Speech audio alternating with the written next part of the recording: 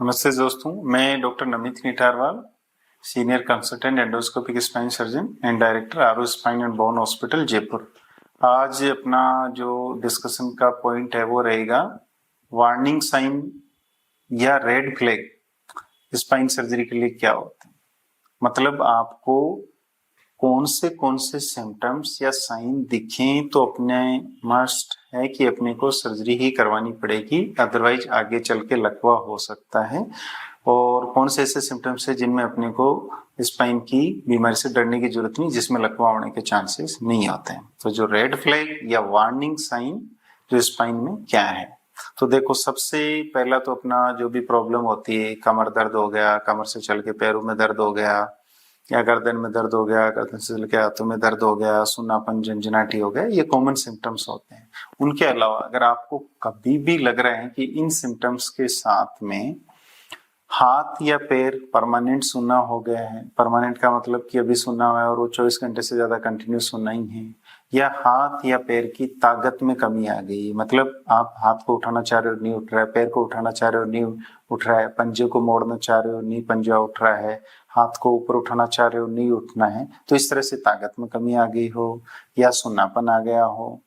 या कुछ पिक्चर ऐसे होते हैं जिससे अभी तक आप बिल्कुल अनजान हो, अनभिज्ञ हो, कि आपको पता भी नहीं है कि पेशाब और लेटरिन की जगह पे जिसको मेडिकल लैंग्वेज में पेरिएनल पेरिनियल एरिया बोलते हैं, उनमें नमनेस आ गई हो, मतलब उस एरिया में भारीपन आ गया हो, या बाउल एंड ब्लैडर के कंट्रोल में इश्यू आ रहे हो, पेशाब और लेटरिन के कंट्रोल में दिक्कत आ रही हो,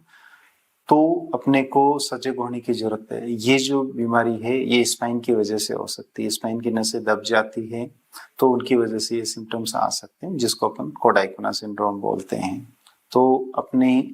मेन जो 4 सिम्टम्स है, ताकत में कमी आना, हाथ या पैर सुनापन होना, हाथ या पैर बाउल ब्लैडर का फंक्शन का डिसफंक्शन, इसमें पेशाब लेटरिन का कंट्रोल चला गया हो, पेशाब लेटरिन के एरिया में सुनापन आ गया हो, और एक होता है सेक्सुअल फंक्शन। तो स्पाइन की वजह से सेक्सुअल फंक्शन भी इंपेयर हो सकते हैं। तो अगर आपको कभी भी लगे कि ये चारों में से एक सिम्टम्स या 2 सिम्टम्स, 3 सिम्टम्स या चारों एक साथ में हो, तो ये एक तरह की स्पाइन की इमरजेंसी है। इसमें आपको आपके कंसल्टेंट को कंसल्ट करना चाहिए और इमीडिएटली इन्वेस्टिगेट करा के इसको ट्रीटमेंट लेना चाहिए। अदरवाइज ये परमानेंट न्यूरोलॉजिकल डेफिशिएंट, मतलब हमेशा के लिए लकवे में कन्वर्ट हो सकता है और फिर आपकी लाइफ है वो काफी दुख भरी इसमें हो सकती है। तो ऐसे केसेज में अगर अपन टाइमली इंटरवेंशन कर लें तो रिजल्ट आने के चांसेस कंपेटिवली अच्छे होते हैं। अगर बहुत लंबे समय तक इनको नेग्लेक्ट करें तो फिर ये परमानेंट डैमेज हो सकता है। तो इससे related spine emergency, spine warning sign, cauda equina syndrome, इनसे रिलेटेड कभी भी आपको कंसल्ट करना हो तो नीचे दिए हुए नंबरों पे आप कांटेक्ट कर सकते हैं। हमारा हॉस्पिटल का वर्किंग डे रहता है मंडे से लेके सैटरडे तक, आप कभी भी कांटेक्ट कर सकते हो। थैंक यू, नमस्ते।